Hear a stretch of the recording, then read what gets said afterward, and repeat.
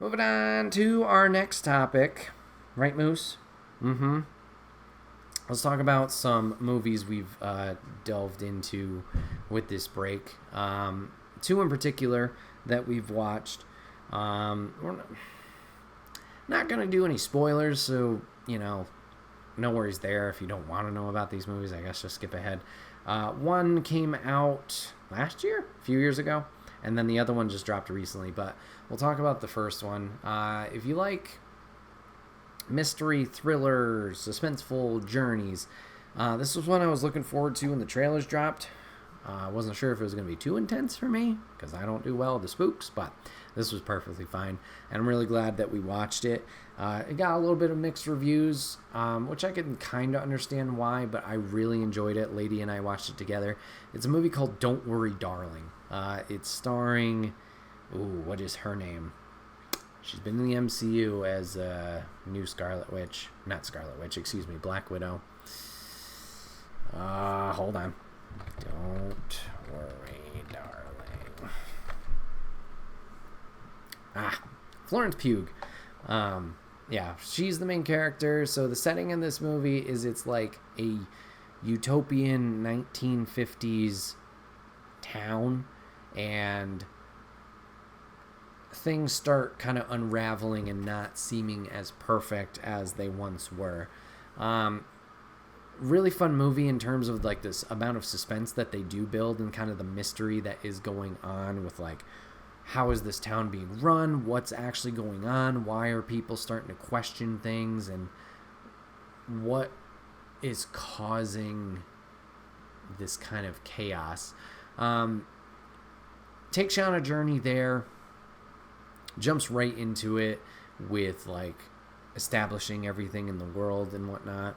And yeah, once things kind of start unraveling and unhinging, I feel it goes kind of like pacing is very good in this movie. Once they get to a little bit more of the reveal of what's going on, it wasn't what I was necessarily anticipating or expecting. And I kind of went like, oh, okay, that's the way we're taking this. And I can see where people might have disagreed with that, where they wanted one thing instead of the other. And I think I agree with them in some sense, but I wasn't so turned off like I'm against what happened. It just was, in terms of a twist, and I don't want to, like I said, I'm not trying to spoil things.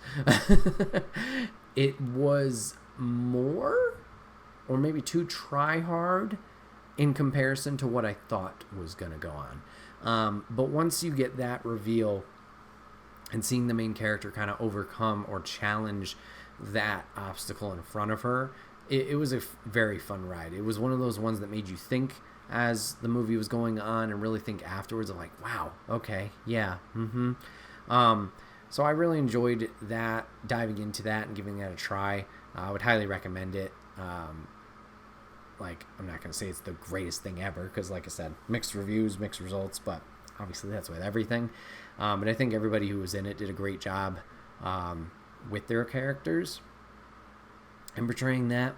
And yeah, just a fun ride overall. Next one I want to talk about, like I said, a little bit more recent, and maybe this one I'll go a little spoilers with, so if you don't want spoilers there, like skip ahead. But I watched Fall Guy. So Fall Guy came out a few weeks ago. Yeah. But decided to check it out. This was another one that I was looking forward to. Concept is stuntman working on a movie. He has this kind of relationship with the director. They're hitting it off. And his guy that he's stunting for goes missing, right? And he is asked to go find the guy. Well, he goes looking for him and discovers that he's dead.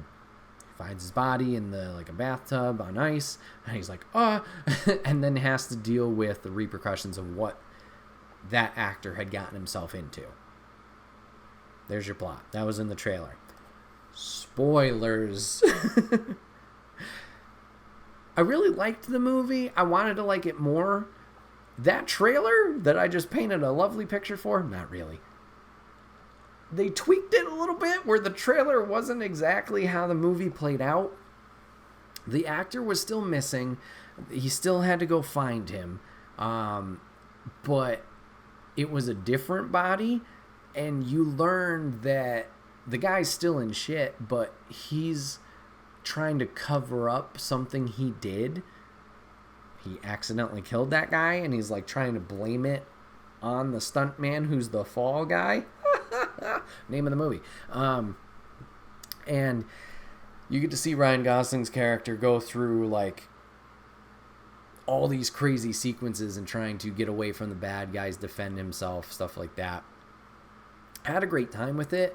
Was kind of hoping for more of a comical approach with it. At least that's how it was presented with the trailers. It felt more like a 21 Jump Street with Channing Tatum and Jonah Hill. Like, it felt more like that, where it was going to be this goofy story.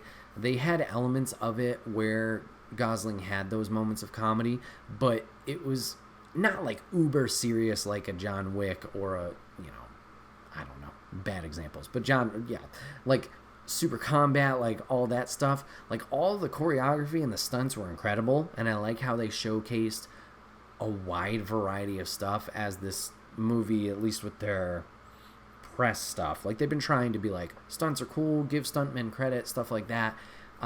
They showed a wide variety here, from hand-to-hand combat to cars to animal stuff to the like CGI elements. Like, they showcased all of it, and I think they did a fantastic job with that. But from a character perspective, Ryan Gosling's character, like, whenever he needs to defend himself, it's just like like martial arts movie. Like, yeah, he's a stuntman. Yeah, he obviously knows martial arts, how to fall, keep himself relatively safe, stuff like that. But he's not just a badass who can fight everybody. Like, I was kind of hoping for more of the elements of like, oh, I'm in this situation, and he can kind of get himself out of it because he has this experience. Like, it just seemed like he was almost superhero-esque because he didn't really get hurt a lot and didn't have this like panic in his voice expression, anything like that.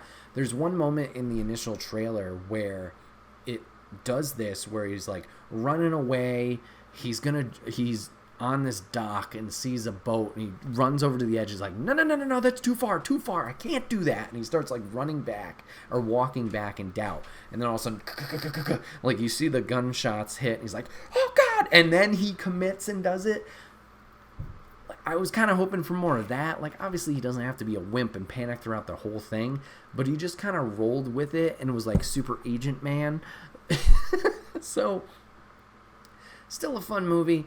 Entertaining with the cast, the characters that they did have, and the plot that they were telling with like, oh, Aaron Taylor Johnson's character, the main actor, like trying to throw it onto Ryan Gosling's character. You have this whole narrative where like he's jealous, and he got the stunt Ryan Gosling's character hurt at the beginning of the movie, which then led to Gosling and Emily Blunt's character, their relationship kind of being like, oh, we're together, and then, oh no, he walked away from me and kind of ignored me, and then them coming back together in this, and him working up the courage to talk to her and find the right things to say. It was a fun movie throughout. I would recommend this one too. I still enjoyed it, like I said. I still think it was good. I just don't think it reached the highest of highs, and maybe that's from an expectation standpoint of what I thought they were going to portray. This feels just like, yeah, middle of the road type movie, fun ride. Not going to leave you like, ugh, bad taste in your mouth. But yeah, just missed kind of the mark in terms of what I thought they were advertising or trying to put out there of how this was going to be portrayed. But I don't know. It was a fun time. I'd recommend it, even though I just spoiled it. But yeah, check it out.